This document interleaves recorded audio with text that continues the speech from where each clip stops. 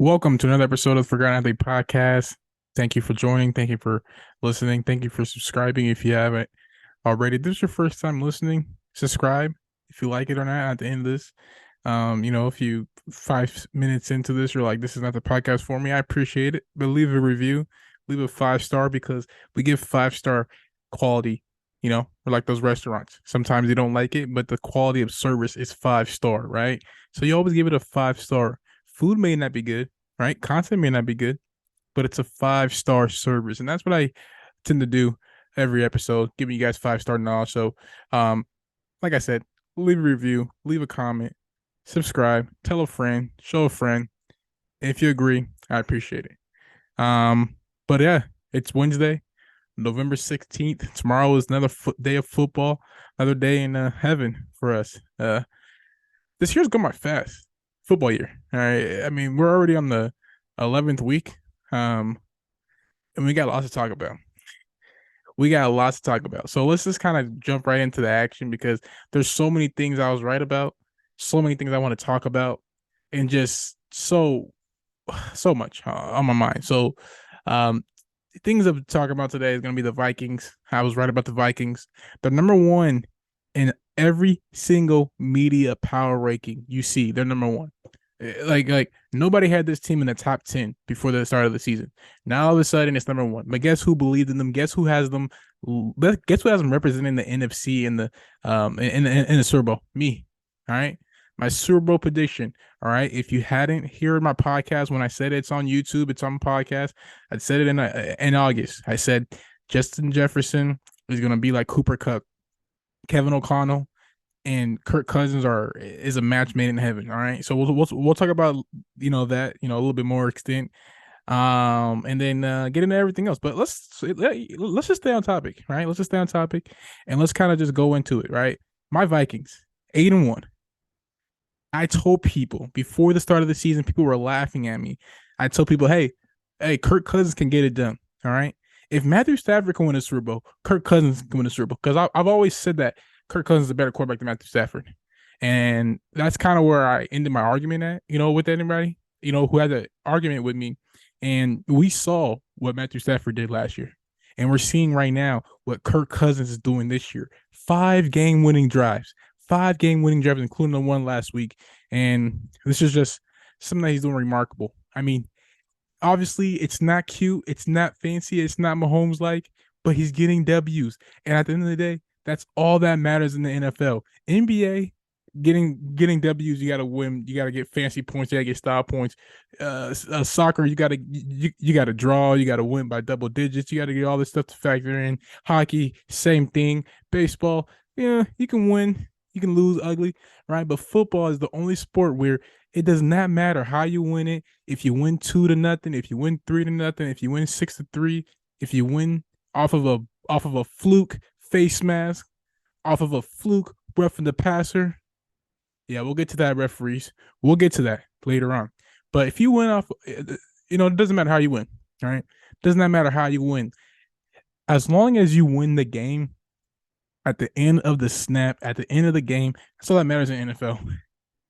And we got to see that against that Vikings and the Buffalo Bills game this past Sunday. And I was sick. Yes, I was sick on Sunday, so I couldn't listen to podcast. Because I wanted to choose the Viking. I didn't even, play anything. I was so sick. I was just in bed just watching football all day. I just didn't have the energy to do any research or anything like that. But blind eye, I would have chosen the Vikings just because I believe in this team a lot. I took them +7 early in the year when they played against the Eagles. Obviously, they lost, but I've taken them every week to win money line, to win, cover the spread. I've taken them every single week, and it's just something that I believe in. I believe in this team. I believe in Zadarius Smith. I believe in Patrick Peterson, Harrison Smith. This team is not a bad team. It does not have scrubs. I know the defense kind of struggled early on. I know the defense gave up 30 points to the Bills, but it's the Bills. But Harrison Smith is an all-pro safety. Patrick Pearson is an all-pro cornerback. Zadarius Smith is an all-pro pass rusher. Daniel Hunter is an all-pro pass rusher. They have pieces in this defense so they can be a Super Bowl contending team. And I don't know why people just didn't believe this team, didn't trust this team. Maybe it was because of Kirk Cousins, maybe it was because of Aaron Rodgers leading the division, but it's just something about this Vikings team where now people are believing him. And it's just kind of frustrating because I saw them from the preseason, but you know what? It does not matter. People are on the bandwagon. Shout out to my guy Tamiza. I know you're a big Vikings fan, but listen, man, the Vikings are going to the Super Bowl. I'm double downing on this. The Vikings will be in the Super Bowl. I don't know if they'll win it. I don't know if they'll lose it, but I know for sure they're going to be in the Super Bowl this year. You will see the Kirk Cousins hosting up an NFC Championship trophy, and wherever it be at, Minnesota, Philadelphia. It does not matter where it be at. I'm telling you right here and right now, Kirk Cousins and the Minnesota Vikings are NFC championships. Double down on it. I'm telling you it again. All right. But in some more unfortunate news, we want to go into Las Vegas in the Raiders situation. Bill Plaschke, journalist for the Los Angeles Times. I only know that, I'm not looking at my screen. I am looking at my screen, but I'm not reading anything. I know that because I'm a Laker fan, and he is the. I hate him. Him and David McMillan, whatever his name is, for ESPN. Bill Plaschke, I respect him because he has clout in the media world. He's been around for a long period of time. He'd broken a lot of stories. He's always first on the scene when it comes to LA stories, but him saying what he said about the Raiders, I believe it. So apparently he said that he was told by Raiders officials that they want to fire McDaniels, but they don't have the money to fire him and to pay him and also pay another coach. If that's not the Raiders thing I've ever heard in my entire life, then you got to shoot me. Any Raider fan knows that this is true. Like, this is like double down true. Like there's no other facts besides this. And I wanted to talk about the Raiders because of Derek Carr crying at the podium. But I mean, this is just another shot that the Raiders got to take, man, in the media. And best believe there will not be questions about it this week, probably, but next week, if they lose against the Broncos, which are 2.5-point underdogs it's gonna be because all the questions. And I'm thinking about taking the Broncos because the Broncos, and it might be a lock of the week for you Sunday listeners. That might be a lock of the week. All right, I'm just letting you know right now. That might be a lock of the week. But yeah, the Raiders right now are a mess. And before I talk about the Raiders, actually we talk about the Raiders, but I also want to just give a shout out to Jeff Saturday. I mean, listen, he took a lot of slack, especially for me. I didn't think that it was gonna work. And then as more people believed in the Raiders, I was like, the line kept on dropping. Started at 6.5, then it went to 4.5, and then by kickoff it was at 4. I was like, the Colts are gonna win this game, and then they scored first. The Colts are gonna win this game, and then they get the turnover, and then they get the 4 and out at the end, and Matt Ryan gets that 40-yard run, and then, I mean, the Colts won the game. And it's just crazy to think about because, like, the Colts are not a great team. And Jeff Saturday turned them into a great team this past Sunday in Las Vegas, which is crazy to think about. But, at the end of the day, man, you just got to tilt your hat to Jeff Saturday and what he's able to do over there. Now, there was some type of, I don't know. I don't think Chris Ballard likes him at all. I don't think he wanted him to be in that, head coaching job. I think he wanted to keep Frank Reich.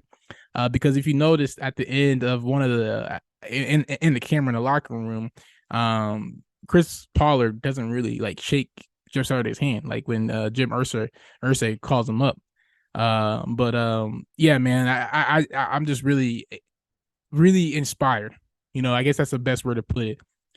For him to be able to do what he did and get the victory, even though it was the Raiders team, like. I saw a clip, or sorry, saw a tweet where he's actually making the players practice outside, even though they're playing indoors this week in Indianapolis. So what I'm thinking is maybe the Colts are going to open up the dome. That's the only speculation I can speculate. Against the Eagles team this week and make them play in some rough terrain.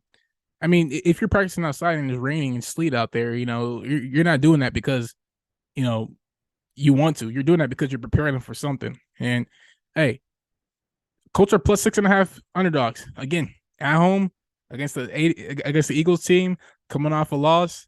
They haven't lost all season. They could lose two in a row. They'll still be 8-2. They're, and then AJ Brown's not looking too good. He got hurt. Dallas Goddard or Goddard, excuse me, is out. I don't know. This might be a great opportunity to take the Colts, but this is not the lock of the week. This is not setting up for service. So I don't want to give you guys my locks yet.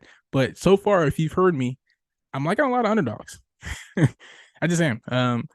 Yeah, man, we got Thursday night football tomorrow. Super excited for that. But just last words on the Raiders, and then we'll go elsewhere. But the Raiders, man, Derek Carr, he really like lost all my respect on Sunday on the podium. Like, I have zero respect. I know he's getting a lot of attention, a lot of love from the media, talking about who he cares and all that stuff. I got zero respect if you're my teammate crying and saying I don't care, or saying other people don't care as much. Like, you're throwing interceptions. You're getting the ball batted down. You're holding the ball too long. You're getting sacked. Like, you're making all these mistakes, and you're talking about I don't care. Like, it shows that you don't care. Like, why am I as a player doing what I'm doing, and then you're talking about other players in the locker room don't care, or even coaches. If you're talking about coaches, let's say you're talking about coaches, other coaches in the locker room don't care. Like, what? Well, what am I saying about you? You not caring. You doing check downs. You throwing in triple coverage. It just, I don't know, man. I don't know, man. I don't know. Derek Carr, like, I respect his faith. I respect who he is as a person, but he has a lot of on-field character flaws kind of roll over to off the field. And, that's something that I don't really take lightly of.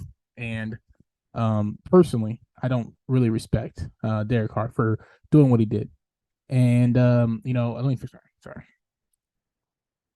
Yeah, I just don't respect what he did. I just don't. And just one of those things where, as a fan of the team and, trying to figure out what's going on with the team, you can see there's a disconnect between Derek Carr and everybody else in the locker room, and Davante Adams and everybody else in the locker room.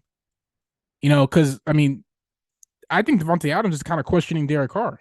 Like, Davante Adams even came out the week prior asking, like, I'm not gonna not get double teamed. I'm the best receiver in the NFL. Like, they're gonna double team me. If you expect me to, only get single coverage like once a week, I'm sorry, once a game, like, that's not gonna happen. Yeah, you got to throw me the ball when I'm getting double teamed. And that was taking a shot at Derek Carr. Yeah, that was not taking a shot at McDaniels. That was not taking a shot at Josh Jacobs. That was not taking a shot at the offensive line. That was taking a shot at your quarterback. If you don't give me the ball when I want the ball, then there's no point for it. And then you saw this week, he was just throwing him the ball whatever he could. I think Davante Adams had like 12, 13 targets. But, the Raiders are a mess, and they will continue to be a mess. And I know I've defended Derek Carr plenty of times, and I even got an Instagram story defending him. And it's just tough to continuously defend him, and then the dude cries on the podium. Like, I can't do that. Like, I can't. I'm not gonna go and defend you for crying on the podium, talking about how people care and people don't care. Like, that's, you lose some respect as a teammate. Like, I used to play competitively football, basketball, and if someone said I didn't care as much as they cared, like, we're gonna have problems, because I do care. Like, I do.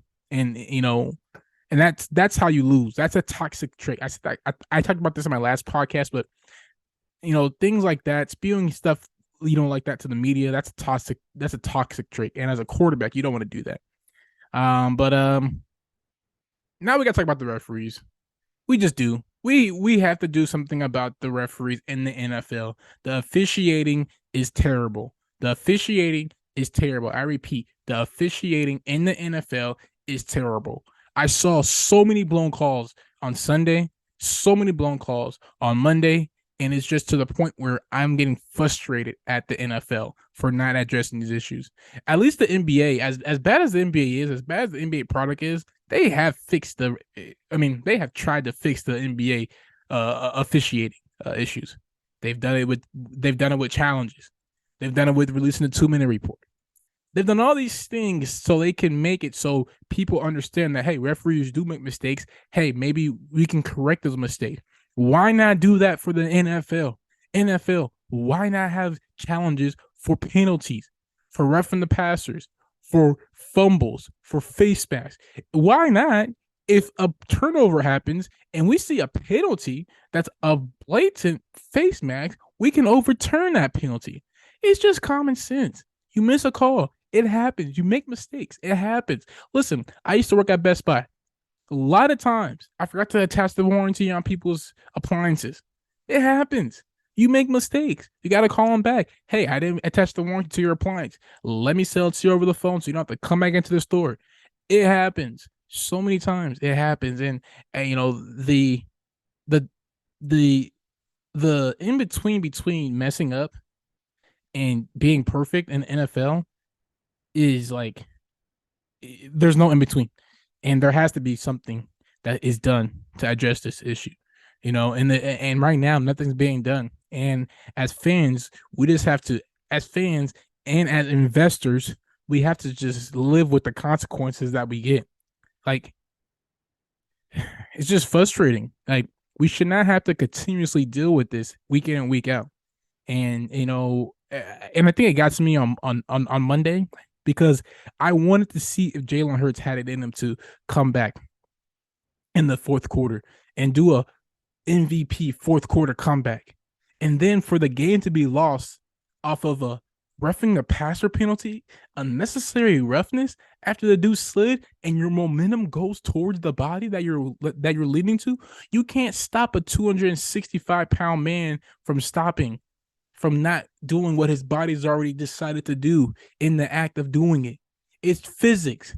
It's simple physics. I got a C minus in physics in high school, but I know that much about physics that you cannot stop mass, you cannot stop people, you cannot stop weight. You just can't. And for this to ruin the NFL and ruin my viewpoint of the NFL, it just sucks. It just sucks. And we aren't addressing this. The NFL's not addressing this, and they have to address it. They have to, because consumers are continuously spending money on the product, betting money on the product, and they're endorsing betting, they're endorsing sports betting, they're endorsing all this stuff where everything is being invested into the NFL, and nothing's being done about it in terms of policies, in terms of reviews, in terms of just fixing the officiating in the sport. That's something that needs to be addressed this offseason in the next CBA, whenever it is. And that's my rant for the NFL officials. But that's all I got to say for today, man. Lakers have not made me mad all week because they haven't played, so I don't have anything to say about the Lakers. But Thursday night football play, I'm really excited about the +3 Titans. You're giving me a team that has covered 7 straight games in a row. I'm not gonna go against them. All right, let's make it 8 +3 Titans. I'm gonna wait to see if it goes on a +3.5. Even if it goes up 2.5, I can still buy it back to 3. But yeah, man, let's get it. All right, it's gonna be an exciting week. We got some great games to talk about. Sunday NFL service. I will be back. I may start doing Friday podcasts because Wednesdays and Sundays kind of just not enough content for me to do. Yeah. Shout out to my 2 listeners. I just want to say something real quick. Before I get off, but I was reading through my listeners rating, and this past week we actually had the most listeners we've had.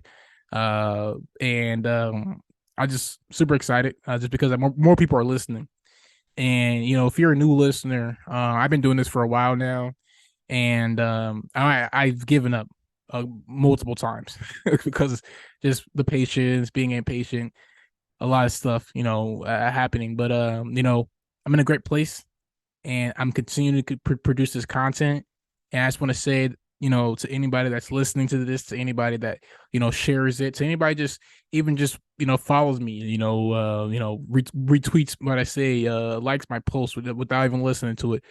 All that stuff is appreciated just because it goes a long way. And yeah, that's all I gotta say. All right. Shout out to all the haters. Shout out to all the naysayers. Shout out to all the lovers. And I'm out. All right. So